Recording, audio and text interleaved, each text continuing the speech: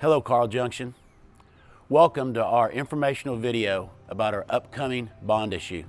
Come with me and we'll take a tour.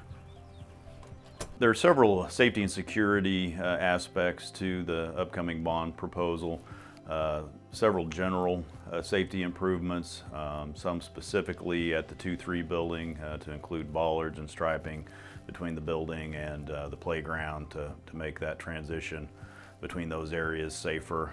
But the most comprehensive one, it would be the application of safety film or glazing to the glass associated with all of the exterior entry points of the building. And the advantage that would provide is to help preserve the integrity of that glass should there be some sort of weather event that could damage it, or if there were some sort of man-made event, an accident or an attempt of violence or of vandalism. It would offer protection in that regard and give the occupants of the building more time to seek shelter, and also give law enforcement greater response time before somebody might access the building. I'm Major Scott Norman from Air Force Junior ROTC here at Carl Junction High School.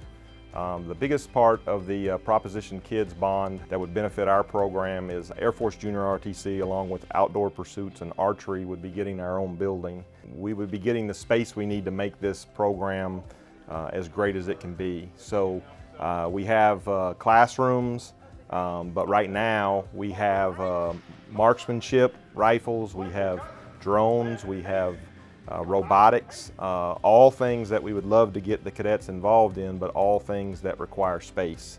And so by having our own building, it's just going to allow us to be more competitive, have more cadets involved in the program, offer more before and after school and weekend programs, offer more extracurricular activities, more learning activities, more educational opportunities.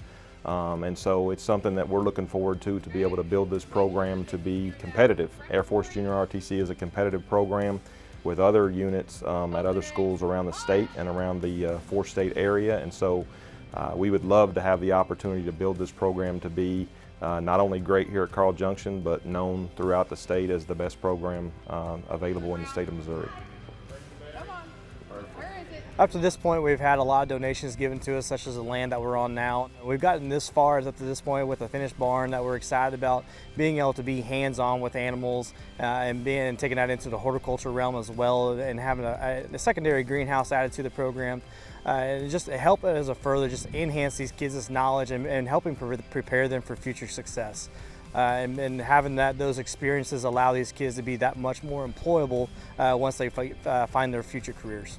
I think I am most excited for the opportunities that the younger classmen are going to get that we had as freshmen and sophomores, but more of like a hands-on opportunity. I'm very excited for this school farm because we will be able to learn like how to artificially inseminate cattle. We'll learn how to work them through the chute. We'll learn stuff about nutrients and feed. And we'll just get to learn a lot about general care for livestock. So not only am I excited for the animal aspect of it, being able to raise so many different breeds and species of animals, I'm also excited for our secondary greenhouse that will eventually be put up here.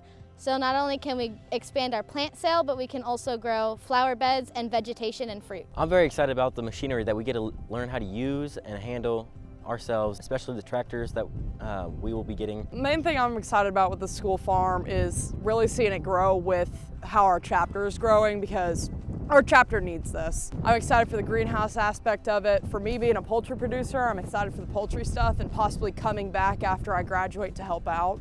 Along with the growth of the chapter, just the growth of agriculture in our community, what makes our school farm more unique than others is the lab work that we pull in and diversified educational opportunities that will be provided here. So we've been doing archery at Carl Junction for 13 years in the classroom and 12 years competing. This proposition would give archery a home. We would partner with JROTC and we would share a range in classrooms. This would, as far as storage goes, this is a huge, huge upgrade from what we have now. We are currently practicing and storing equipment at Twin Groves Event Center on 43 Highway, which has been a blessing the last several years, but we are ready to be on campus, so kids are not traveling out to Twin Groves.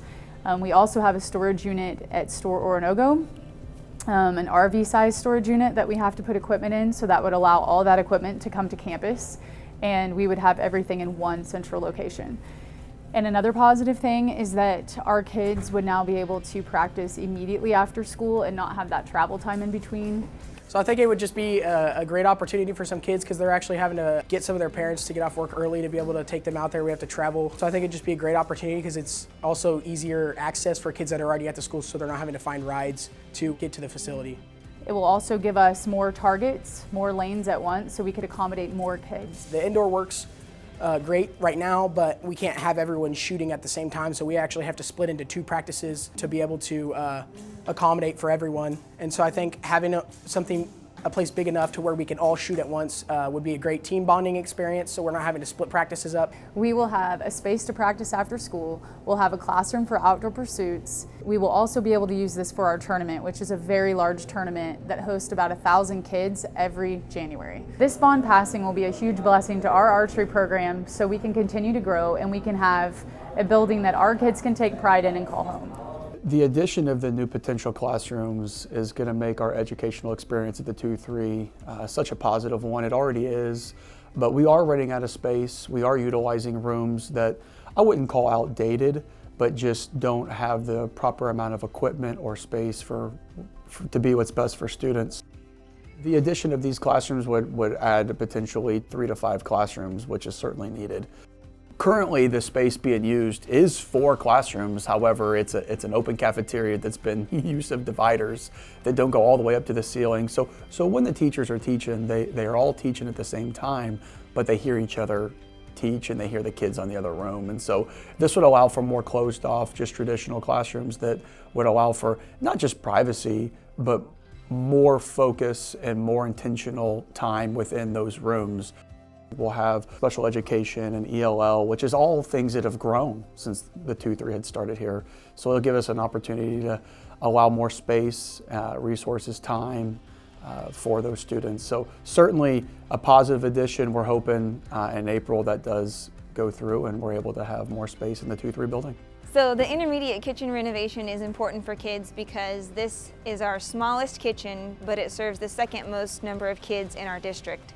So if we could expand the space and make it more efficient for the ladies to get the food prepared and serve it out quicker, then these kids can get their food faster and have more time to eat their food at lunchtime. This is a great opportunity for our community to add to our current facilities.